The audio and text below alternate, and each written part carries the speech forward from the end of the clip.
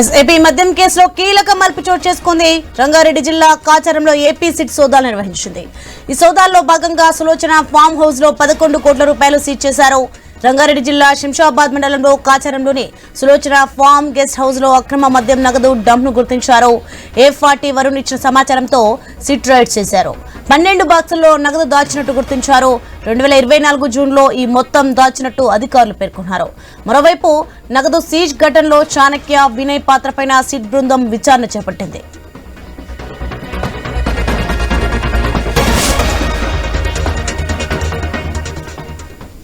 Right, ఇదే అంశానికి సంబంధించి మరింత సమాచారం మా ప్రతినిధి ప్రవీణ్ ఫోన్ లైన్ లో అందిస్తారు. ఎస్ ప్రవీణ్, ఏపీ మద్యం కేసులో కీలక మలుపు చోటు చేసుకున్నట్లు చూస్తున్నాం. దీనికి సంబంధించిన డీటెయిల్స్ ఏంటి? అయితే చూసుకుంటే ఏపీ లిక్కర్ కేసులో కీలక మలుపు తిరిగిందని చెప్పాలి. అయితే ఈ రోజు ఉదయం అయితే విజయవాడ నుండి వచ్చినటువంటి సిట్ అధికారులు అయితే శంషాబాద్ ఒక ఫామ్ హౌస్ లో అయితే సోదాలు నిర్వహించారు. సోదాలు నిర్వహించిన క్రమం లోపల 12 అట్టపెట్టెల్లో దాచినటువంటి 11 కోట్లను మొత్తం టోటల్ గా 11 కోట్లను పోలీసులు అయితే సీజ్ చేసినట్టుగా తెలుస్తుంది. అయితే ఏ పార్టీగా ఉన్నటువంటి ఈ యొక్క ఏపీ లిక్కర్ కేసులో మొత్తం ఏ పార్టీగా ఉన్నటువంటి వరుణ్ ఇచ్చిన సమాచారంతోనే హైదరాబాద్ లో కూడా ఈ సిట్ అధికారులు తనిఖీలు చేసినట్టుగా తెలుస్తుంది. అయితే A1 కసిరెడ్డి ఎవరైతే ఉన్నారో మెయిన్ గా నిందితులైనటువంటి ఈ యొక్క లిక్కర్ కేసులో ఉన్నటువంటి A1 కసిరెడ్డి సమాచారం మీదకి హైదరాబాద్ లో ఈ యొక్క అట్టపెట్టెల్లో మొత్తం టోటల్ గా 12 అట్టపెట్టెల్లో 11 కోట్లు దాచినట్టుగా కూడా చెప్పడం జరిగింది. అయితే ఈ డబ్బుని మొత్తం 2024 జూన్ లో దాచిపెట్టినట్టు అయితే సిట్ గుర్తించారు. అయితే ఇది శంషాబాద్ మండలం కాచారం ఫామ్ హౌస్ లో కూడా ఈ డబ్బు స్వాధీనం చేసుకున్నారు.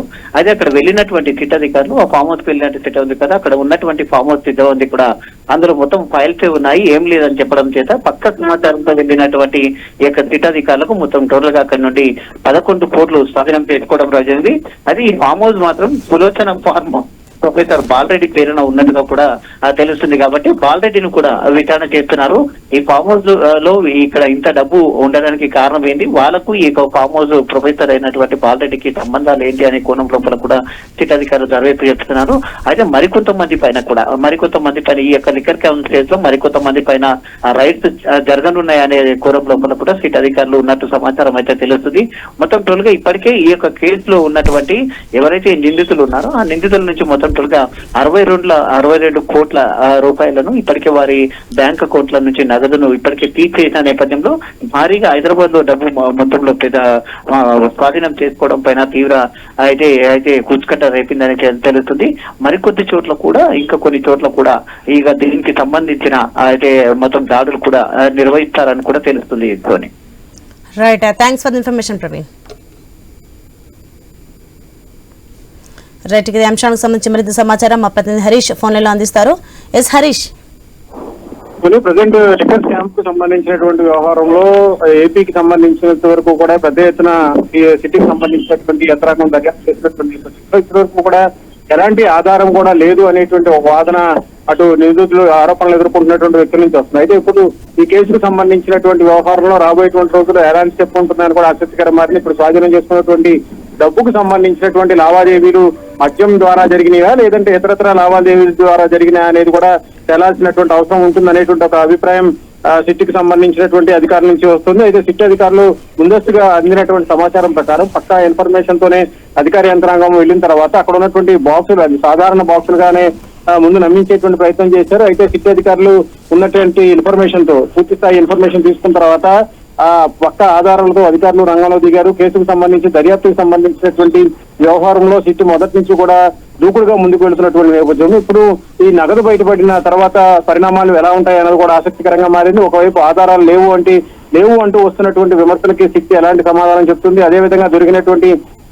అమౌంట్ ఏదైతే ఉందో అమౌంట్ కు సంబంధించినటువంటి లావాదేవీలు జరిపినట్లుగా ఉన్నటువంటి ఆధారాలు ఎలా ఉంటాయి, దానికి సంబంధించినటువంటి బిజినెస్ కు సంబంధించినటువంటి అంశాలు ఎలా ఉంటాయి అనేది కూడా ఆసక్తికరంగా మారింది. పూర్తిగా క్యాష్ ట్రాన్సాక్షన్ ద్వారా మాత్రమే లెక్కర్ కు సంబంధించినటువంటి అమ్మకాలు జరిగినటువంటి నేపథ్యంలో ఈ నగదంతా కూడా అక్కడి నుంచి వచ్చిందా లేదా అనేది కూడా పూర్తిగా తేలాల్సినటువంటి అవసరం ఉంటుంది. న్యాయపరంగా కూడా దీన్ని టేకప్ చేయాల్సినటువంటి సిచ్యువేషన్ ఉంటుంది. కాబట్టి ఈ వ్యవహారంలో నిందితులుగా ఉన్నటువంటి వ్యక్తుల నుంచి వస్తున్నటువంటి సమాచారం ఎలా ఉండబోతుంది, న్యాయవాదులు ఏం చెప్తారు, దీనిపైన సిట్కి సంబంధించినటువంటి టీం ఎలాంటి స్టెప్ తీసుకుంటుంది అనేది కూడా ప్రజెంట్ ఆసక్తికరంగా మారినటువంటి సిచ్యువేషన్ అయితే కనిపిస్తుంది. Soni. Right, thanks for the information Harish.